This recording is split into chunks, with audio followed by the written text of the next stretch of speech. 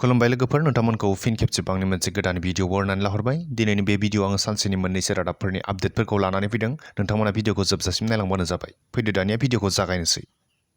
गोजौ बिजिरसालिया एपीएससी आनजादाव रां लानानै उथ्रिसार होनायनि थाखाय राकेश पालजों लोगोसे सा 32 सुबुंफोरखौ साजा फोसावो। एपीएससी आनजादनि जोहै आबाद जौगाखां मावख'गिरिनि थिसनथाइ होदोंमोन। नाथाय बे आनजादाव राकेश पाल आरो बिनि सुबुंफोरा रां लानानै खायसे आनजाद होगिरिफोरखौ उथ्रिहोदोंमोन। बेनि दायावनो मैया गोजौ बिजिरसालिया सा 43 सुबुंनि सा 32 जनखौ दायनिगिरि फोसावो। बेनि अनगायै बिजिरसालिया थि फोरमान गैयैनि थाखाय सा 11खौ रेहाय होयो। रेहाय होजानाय सा 11नि गेजेराव सा 6आ बिजाथि आरो सा 5आ गुबुन गेजेरनि सुबुंमोन। दायनिगिरि फोसावजानाय सा 32 सुबुंफोरखौ बिजिरसालिया 10 बोसोरनि जोबथेसालिनि साजा फोसावनानै होयो। करिमगन्जआव मोनसे दुखुनांथाव जाथाय सोमजिदों।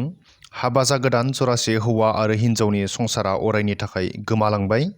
6 साननि सिगाङावल'सो अराय थैस'-थांस'नि थाखाय संसार जालांनायनि रादाय खानानै रतन आरो माम्पिया खौसे जालायदोंमोन। नाथाय समबारखालि रावबो सानफेरै मोनसे दुखुनांथाव जाथाय जालाङो। बे जाथाया करिमगन्ज जिल्लानि बदरपुराव जालाङो। मिथिनानै मोननाय बायदिब्ला सान 6नि सिगांल' हाबा जानायनि उनाव समबारखालि हरखाबै गावनि बिसिखौ बुथारनानै गावबो गावखौनो जिउ फोजोबनानै लायो। ओनसोलनि सुबुंफोरा फोरमायनाय बादिब्ला गिबियावनो रतन पालआ गावनि जुलि जागोदान बिसि माम्पि पालखौ बुथारो आरो बिनि उनाव गावबो जिउखौ फोजोबनानै लायो। जाथाय जाखांनाय उनाव फुंनि समाव बुरै बिमाया फिसाज्ला आरो बिहामजो गोदाननि गोथै सह'खौ नुनायनि उनाव ओनसोलाव दुखुनांथाव थासारिया सोमजियो। नाथाय मा जाहोननि थाखाय बेबादि जाथाया सोमजिखो बेखौ मिथिनानै मोननाय जायाखै। तिनिसुकिया जिल्लानि फिल'बारि साहा बागाननि 1 नाम्बार लाइनआव मोनसे मुगैथाव जाथाय सोमजिदों। गावनि असे बिमाखौ फिसाज्लायानो गोथाङै फबनानै दोनदों। गाब्रिएल लाक्रा मुंनि सुबुङा गावनिनो बिमा बुधुनि लाक्राखौ गावनिनो न'नि उनथिंजाय हाखर जावनानै फबनानै दोनो। उननि समावसो ओनसोलनि सुबुंफोरा बिमाखौ नुयैयाव सन्देह जानानै पुलिस बिफाननो खौरांखौ हरो। लोगो लोगो पुलिस बिफाना जाथायसालिसिम थांनानै हाखरनिफ्राय जावखांहैयो बिमाखौ। ओनसोलनि सुबुंफोरा फोरमायनाय बादिब्ला हाखरनिफ्राय जावखांनाय समाव बिमाया हां लाबायबो दंमोन। फोरमायनाय बादिब्ला बिमाया 8-10 बोसोर सिगांनिफ्रायनो पेरालाइसिस जानानै दंमोन आरो फिसाज्लायानो गोबाव समनिफ्रायनो जोथोनबो लाबोगासिनो दंमोन। नाथाय बिबायदि हरखाबै गावनि बिमाखौ मानो गोथाङै फबखो बेसो सोमोनांथाव जाबाय होननानै फोरमायबावो। पुलिसफोरा फिसाज्ला गाब्रिएल लाक्राखौ हमनानै जाथायनि सायाव संदानगासिनो दं।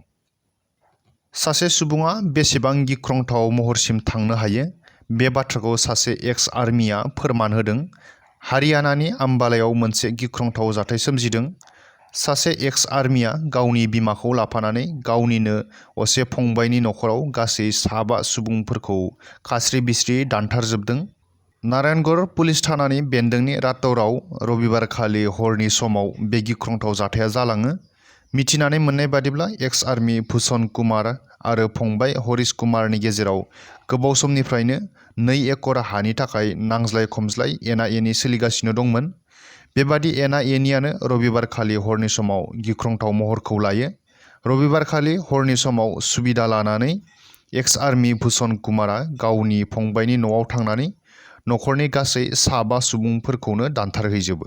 बे गिख्रंथाव जाथायाव थैनांनाय सुबुंफोरा जादों गावनिनो असे बिमा स्वरूपी देवी 65 बोसोर बैसोनि, फंबाय 35 बोसोर बैसोनि हरीश कुमार, फंबायनि बिसि 32 बोसोर बैसोनि सनिया आरो बिसोरनि 7 बोसोर बैसोनि फिसाजो यशिका आरो 6 दानल' जानाय फिसाज्ला मायांक।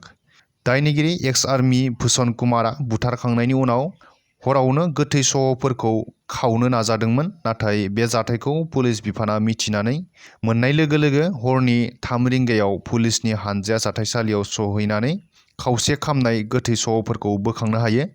बेनि उनाव दायनिगिरि भूषण कुमारा खारखोमानानै थायो। दायनिगिरिखौ नागिरनानै पुलिस बिफाना बायदिसिना ओनसोलफोराव सिग्रोमनायखौ खालामदों होननानै मिथिनानै मोननाय जादों। फ्रेन्ड्स, दिनैनि बे रादाबनि आपडेटखौ आं बेखिनियावनो फोजोबथ'बाय। गोजोन्थों।